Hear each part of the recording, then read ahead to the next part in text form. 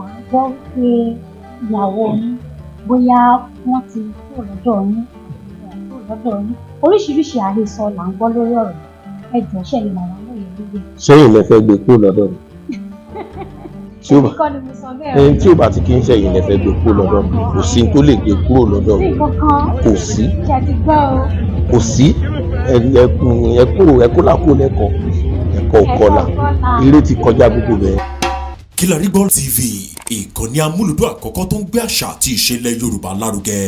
1986 ni mo kọ́kọ́ máa appear ní TV.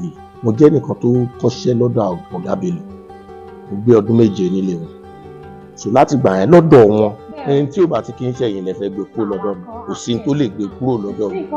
Tiwa yìí ó tapas ní ó tapas pẹ́ ó tapas lá ó tapas wọ́ ó tapas gbìgbìgbì ó ti tajura wọn lọ. Àwọn kan ò nígbàgbọ́ pé ó lè dì báyìí fún wa. Báwo lẹni tó ń ṣe fíìmù ṣe máa ló ń wò àìpẹ́ ọjọ́ ti bẹ̀rẹ̀ sí takiri.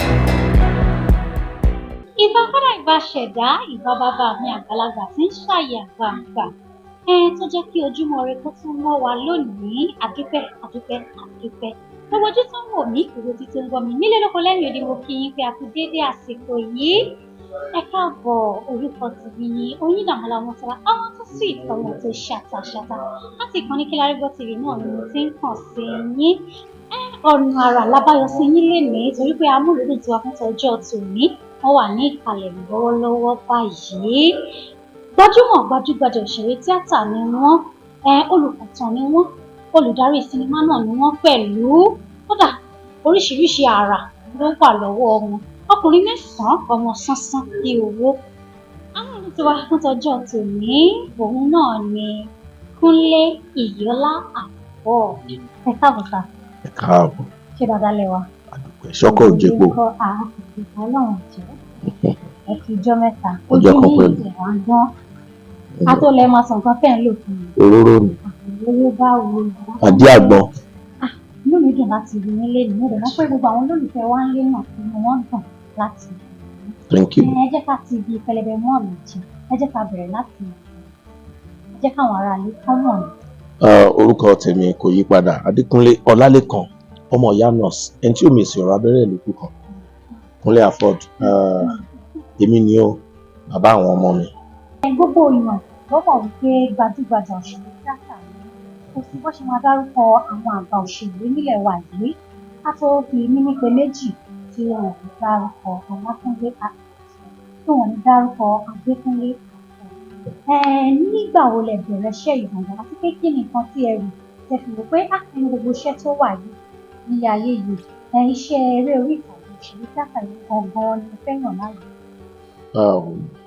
Ká kọ́kọ́ dúpẹ́ lọ́wọ́ Ọlọ́run tí ó ń fún wa lẹ́bùn tó dẹ̀ ń fi ìmọ̀ àti òye sí wa ní orí àtọkàn.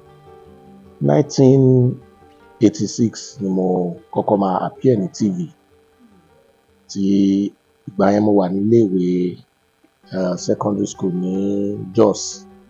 So school wa represent Plateau State fún àwọn eré tí wọ́n máa ń wò ní TV ìgbà yẹn NTA network. So 1986 mo ti bẹ̀rẹ̀ tó jẹ́ fún screen but before then nígbà kékeré ní primary school mo rántí dáadáa pé mi nìkan lọkùnrin tó wà nínú cultural group ní ìgbà yẹn láyé wẹ́rẹ́wẹ́rẹ́ ní náà ń jò tó bá dókè àbìnàlà wẹ́rẹ́wẹ́rẹ́ ní náà ń jò tó bá dókè àbìnàlà ṣe rí pé mi ìgbàgbé ìgbà yẹn mo rántí dáadáa ní sẹ́ẹ̀tì wá ń gbà yẹn èmi nìkan lọkùnrin tó wà láàrin wọn mo tún wá gbé pẹ̀lú ọ̀nkù mi kan tó jẹ́ pé tíṣà ni wọ́n fẹ́ràn láti máa gbẹ́gi léèrè wọ́n fẹ́ràn àwọn eré òṣùpá ká kọ́ àwọn ọmọ kéékèèké jọ ká máa sọ̀tàn fún wọn láti ìgbà yẹn ni skill yẹn ti ń develop gbogbo ìgbà tí mo sọ ní ìjọ ọmọ ọdún 8, 9, 10 lọ gbogbo kíní yẹn ti ń develop kó tó di pé mo wá pé ó dà pé ọ̀nà yìí ni. Ìdí iṣẹ́ tó ń ṣe yìí àkókò wo gan àbí ọ̀gangan wo gan lẹ ti rí pé ó dà pé èmi gan mo ti ń là lọ ní iṣẹ́ àwọn èèyàn ti ń gbọ́ nípa mi. Ṣe rí iṣẹ́ yìí ó ní abala oríṣi mẹ́ta tó pín sí nípa ojú tí wọ́n ti ń mọ̀ bẹ́ẹ̀ mi ṣe ń rí. Abala kìíní tó bá ti bẹ̀rẹ̀ iṣẹ́ yìí wọ́n á kọ́kọ́ mọ̀ ẹ́ láàrin ẹ̀yin tẹ́jọ́ ń ṣiṣẹ́, torí bá ṣe pọ̀ tó ọ̀pọ̀lọpọ̀ àwọn èèyàn náà wà tájọ́ ń ṣiṣẹ́ tí wọ́n láàrin ara wa. So tó bá ti ń di pé ẹ pàfọ́ọ̀dù wa òun ló lè ṣe wọ́n ti kọ́kọ́ mọ̀ ẹ́ láàrin ara wa. Lẹ́yìn yẹn àti pé ládùúgbò yín ó dà pé a máa rí yín ní eré kan ó tún ti ń ní iṣẹ́ wa lábala kẹta yẹn ìyẹn náà ń pè ní ó ti blow.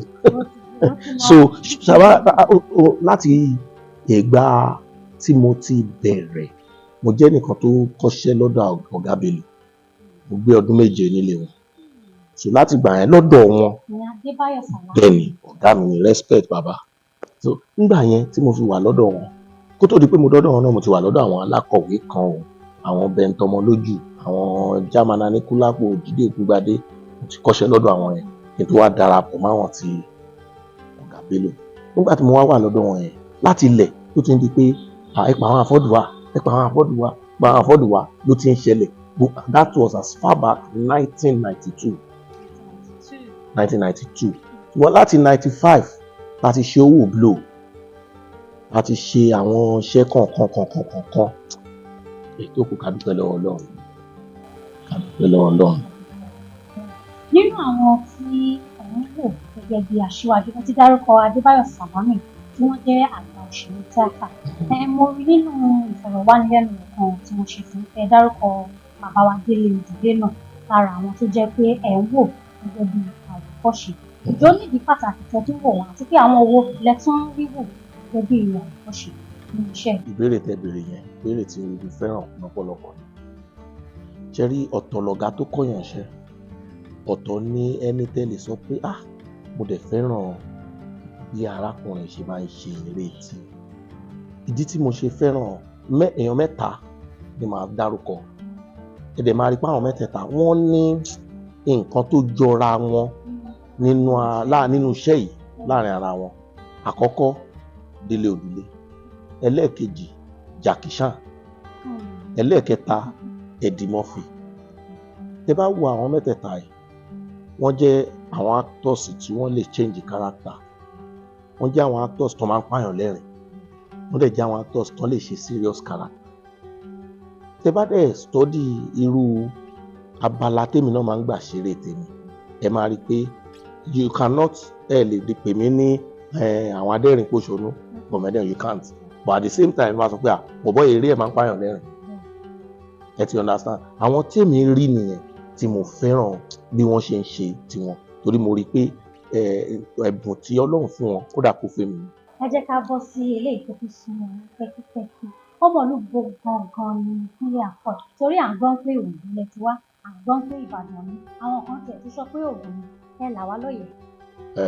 Tá bá kọ́kọ́ sọ dáadáa gbogbo àwọn tó ń sọ yẹn náà wọ́n ṣì sọ torí ọmọ Nàìjíríà ni mí. Bàbá mi wá láti Òkè Àrẹ ní Ìbàdàn, màmá tó bí mi lọ́mọ wọ́n wá láti Ìdó-àní l'Óǹdó. Púpọ̀ jù bẹ́yìn obìnrin ṣe máa ń ṣe tẹ́ máa ń sábà hijack ọmọ sọ́dọ̀ ló jẹ́ kí ló ṣe máa ń ṣe bẹ́ẹ̀ ni ẹ máa ń sábà hijack ọmọ sọ́dọ̀ ló mú mi yùsì mọ́ àwọn fámìlì màmá mi àti ìlú màmá mi ju Ìbàdàn lọ ṣùgbọ́n ẹnu ọjọ́ mẹ́ta yìí mo ti ń fara mọ́lé. Àwọn kan sọ àgbọ̀ pé ìyàwó yín bóyá wọ́n ti kúrò lọ́dọ̀ yín oríṣiríṣi àhesọ là ń gbọ́ lórí ọ̀rọ̀ ẹ jọ̀ọ́ ṣe lè làwọn lóye lóye. Sẹ́yìn lẹ fẹ́ gbé kúrò lọ́dọ̀ mi ẹni tí ò bá ti kí ń ṣẹ̀yìn lẹ fẹ́ gbé kúrò lọ́dọ̀ mi kò sí tó lè gbé kúrò lọ́dọ̀ mi kò sí kò sí ẹkú làkó lẹ́kọ̀ọ́ ẹ̀kọ́ òkọlà eré ti kọjá gbogbo bẹ́ẹ̀. ẹ̀yin olólùfẹ́ wa ti gbọ́ bẹ́ẹ̀ ni. eré ti kọjá bẹ́ẹ̀. ẹ jẹ́ ká máa tẹ̀síwájú wọn kò tó sí iṣẹ́ tí ò ní ìdojúkọ. bẹ́ẹ̀ni. níbi tẹ́ ẹ dẹ̀ bá dé nídìí iṣẹ́ yìí iṣẹ́ tó jẹ́ pé ẹ̀yin náà ti láwọn tẹ̀ ti kọ́ táwọn náà ti tara iṣẹ́ yìí. kí ni àwọn ìdojúkọ tẹ́ ẹ sọ pé ó jẹ́ má lè gbàgbé nítorí ẹni iṣẹ́ yìí. ó pọ̀ ṣùgbọ́n ẹ jẹ́ ká mẹ́nuba díẹ̀. Lákọ̀ọ́kọ́ kọ́lọ́run ọba kó ṣe wá bá ṣe fẹ́. Gbogbo ìdojúkọ tó pọ̀ jù òun ni owó ní tóun ò bá sí nílé kéèyàn kankan má dábàá lẹ́yìn o. Tí owó bá ń wá lásìkò téèyàn ń fi ọkàn sí, àrá pọ̀ tá a fẹ́ dá, ẹ jẹ́ ká fìyẹn tì. Ìkejì, nígbà tá a bẹ̀rẹ̀ àwọn kan ò nígbàgbọ́ pé ó lè di báyìí fún wa.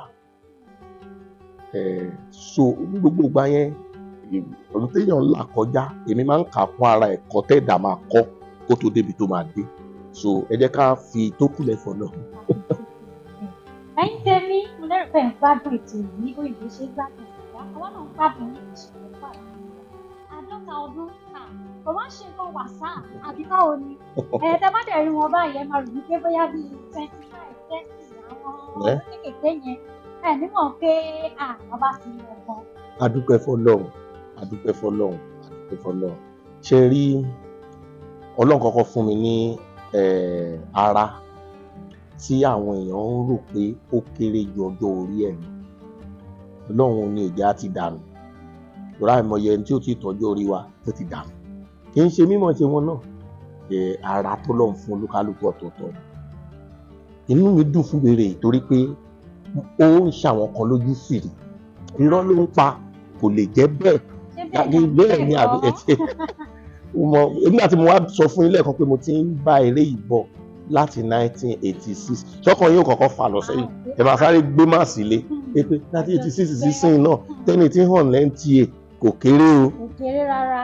Nígbà tí mo fẹ́ wọ primary school a máa ń fọwọ́ sí etí ni mo fi sọ etí lọ́dún kìíní kò tó wọ́n lé mi padà sílé ọdún kejì kò tó wọ́n lé mi ọdún kẹta wọ́n tì mí ẹ jẹ́ ó lọ torí ó ti ń dàgbà sílé. Gbogbo èèyàn kan ló ń tóbi lára. 1973 October 24th ẹ ṣe máàsì ẹ mo ti jáde secondary school sin 31 years ẹ tún ṣe máàsì ẹ ti understand now. Ẹ wo iye àwọn ọ̀pọ̀lọpọ̀ ó ní nǹkan kan tí mo fẹ́ ṣe lọ́jọ́ birthday mi tí mo fẹ́ fi honour àwọn ọ̀rẹ́ mi tó ti kú tí màá ṣe 1 minute silence standing ovation for them because kò wo àwọn náà wọ́n pọ̀ àjọ ń dàgbà bọ̀ tí Ọlọ́run dẹ̀ ń ṣe bó ṣe ń ṣe. Táwa wá fi róore ọ̀fẹ́ tá fi wà lórí èèpẹ̀ ẹni pé ó tọ́pẹ́ ojú ọpẹ́ lọ. Ìdí nìyẹn tí mo ṣe fẹ́ ṣe pé ẹ kọ́kọ́ wo kòrónà tó ṣẹlẹ̀ ẹ wo iye ẹ̀mí tó bá lọ Ọlọ́run wá ń pawọ́ mọ́ ó pa àwa tó kù mọ́ ó tún wá sọ pé ó dára kí a máa rántí ọjọ́ tá a bí ni kó bá lè ṣe kíni ẹ mọ Bíbélì ẹ jẹ́ n tẹ̀síwájú. Bá mi sọ délẹ̀ kí n lè kó bá lè fi ọkàn wa sí ipa ọgbọ́n. Kó bá lè fi ọkàn wa sí ipa ọgbọ́n. Ẹ ti understand you will learn grandpa mi is a pastor. Wow. You will learn from mà ti ń dàgbà ká léèyàn ń rántí ni èèyàn máa ṣe bálabàlà bùlùbù bálabùlù èèyàn máa ṣe bó ṣe wù ú ṣùgbọ́n àwọn ìgbésẹ̀ kéékèèké kan mo ti tọ́mọ ọdún báyìí báyìí ló yẹ kí n tún máa wù báyìí torí gbogbo ayé ń dàgbà sí ni àwọn nǹkan míì ń súnmọ́ wa èèyàn dẹ̀ lè escape ẹ̀ Ọlọ́run kó jọ kó sì pa wá mọ́ kó jẹ́ ká rójú ráyè ṣe báwọn ọmọ wa báyìí so inú mi dùn ayọ̀ mi dẹ̀ kú ọjọ́ yẹn dẹ̀ rí ẹ̀yin pera yín lọ́mọ tó tatata lẹ́ẹ̀kan ọmọ tó ṣàtàṣàtà ọmọ tó tatata tiwa yìí ó tata sílẹ̀ ó tata sprẹ́ ó tata slá ó tata wó ó tata gbìgbìgbì ó ti tajura wọn lọ ẹ bá ń gbọ́ ata wẹ́wẹ́ pẹ̀pẹ̀ nǹkan bọ̀ pé ni. kẹ́ máa gbáradì ìfẹ́ gbà yín lákòókò.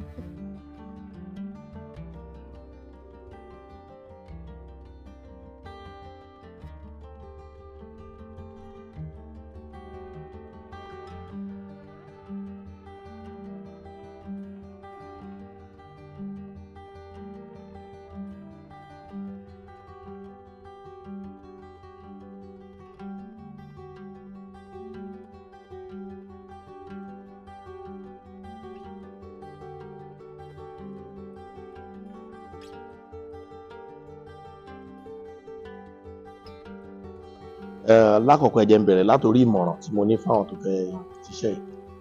Ìmọ̀ràn tí mo kọ́kọ́ ní fún wọn ni pé ẹ rí dájú pé n tó wù yín ṣe ni. Àwọn kan wà torí pé bóyá kò ṣiṣẹ́ lọ́wọ́ wọn àbí nǹkan kan ó fẹ́ wo jẹ́ kémi náà kan ṣe é wò. Ẹlòmíì torí pé ó ti rí pé táyé ṣe ó blow èmi náà ẹ jẹ́ n sáré ṣe é wò. Ṣé wò ló mú púpọ̀ nínú àwọn ọmọ yìí ṣìnà. Rí dájú pé n tó fẹ́ ṣe ni ẹlòmíì àlẹ́ wò ohun irọ́ ni. Báwo lẹni tó ń ṣe fíìmù ṣe máa ló ń wò àìpẹ́ ọjọ́ ti bẹ̀rẹ̀ sí ta cream. Àìpẹ́ ọjọ́ àyè relocation yọ ó sá lọ. Lóòótọ́ a mọ̀ pé kò rọrùn nílùú yìí. Tó bá jápa gan lè lọ sọ́run náà kó tún continue. A jẹ́ pé iṣẹ́ tó wù ẹ́ lọ́kàn ni. Tó bá ń ta nǹkan míì láti fi tún dín nǹkan míì ó gbọ́dọ̀ fiṣẹ́ ilẹ̀. But àwọn míì wọ́n á sáré wá ṣe kán bá lè fi rí ọ̀nà sáwọn nǹkan míì wọ́n á dẹ̀ pátì. Kò wù wọ́n nìyẹn. Kọ́kọ́ rí pé nǹkan tó wù ẹ́ ni. Ojoojúmọ́ máa fi ṣe ìdánilẹ́kọ̀ọ́ láti lè dá a sí nídìí nǹkan tó fẹ́ ṣe. Láti lè tẹ̀síwájú máa ṣe gbogbo iwájú mìíràn ẹni gbé síbẹ̀ bẹ̀rẹ̀ sí ìgbà tó lọ́n tiẹ̀ máa ṣe ń sìn everybody ti di actress àtàtọ̀ TikTok yóò jẹ́ kí so mo náà máa train yourself then ẹ̀kẹta ẹ súnmọ́ Ọlọ́run ẹ̀kẹrin ẹ jìnnà sí egbògi olóró ẹ jìnnà sí don't take drugs stay away from it torí pé àwọn ọmọ ọ̀sìn wọ́n ti rí bí ọ̀nà tó lè jẹ́ káwọn ṣe dáadáa kì í ṣe ọ̀nà tó lè jẹ́ kẹ́ ṣe dáadáa ọ̀nà tó máa dorí yín rú lọ́jọ́ iwájú ẹ jìnnà sí àwọn ìmọ̀ràn mi fún wọn nìyẹn. Ẹni tó bá wù tó fẹ́ wá darapọ̀ mọ́ wa orúkọ ilé ẹ̀kọ́ tí mo ti ń kọ́ àwọn ọmọ òní Legacy School of Performing Arts tí ó pé 24 years lọ́dún 24 years tí mo ti ń train àwọn èèyàn. So ṣe rí pé tó ní gan gbọ́dọ̀ kéré ṣe ti rí pé èjì yẹn mo tún try láti fà wá kẹ́lẹ̀ máa rí ẹ̀ pọ̀ now. So à ń kọ́ wọn ní Èkó àti à ń kọ́ wọn ní Ìbàdàn ṣùgbọ́n tí ẹ bá fẹ́ ẹ lè lọ sí orí Instagram ẹ lọ sí Legacy Academy lórí Instagram you can send us a DM or kí n fún yín ní nọ́mbà tí ẹ lè pè 07033283793 lẹ́ẹ̀kan sí 07033283793 Mr. Ṣẹ́gun lórúkọ ẹni tẹ́ máa bá sọ̀rọ̀ wọ́n á dẹ̀ sọ bẹ́ẹ̀ ṣe máa ṣe fún mi. Lákúnlé kẹtó máa lọ fún mo tún rí yín ní àárín kan tẹ̀ tí ń kọrin ṣé tí ń kọrin ni.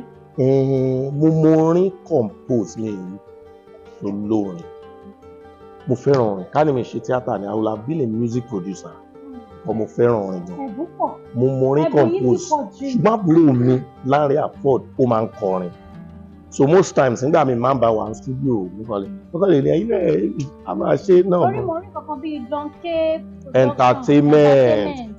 Entertainment yẹn èèyàn tèmi kan ní l'Amẹ́ríkà tó fẹ́ dá iléeṣẹ́ orin lẹ̀ Nàìjíríà mo wá sọ fún pé ọ̀nà báyìí la lè gbà kó bá lè tún fi yàtọ̀ sí bọ́n ṣe ń ṣe. ẹ ṣé gan-an ni adúgbò gidi gan lọ́wọ́ yín tí èyí tẹ̀ jẹ́ wa tá a wá yín taari yín ṣe. orúkọ tèmi ò yí padà ẹni àbúrò yín olólùfẹ́ yín Oyíndàmọ́lá Ọmọ́tọ́lá ọmọ tó ṣàkàtàkà Lákúnlé láwọn fẹ́ ta jù nílẹ̀ ṣùgbọ́n tó kọ́ torí pàtà wẹ́wẹ́ pẹ̀pẹ̀ lé ní.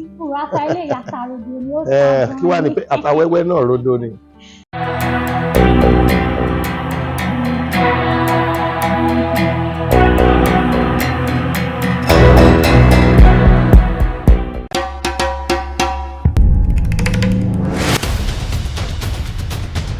Kilarigbo TV ìkànnì amúlùdún àkọ́kọ́ tó ń gbé àṣà àti ìṣẹ̀lẹ̀ Yorùbá lárugẹ.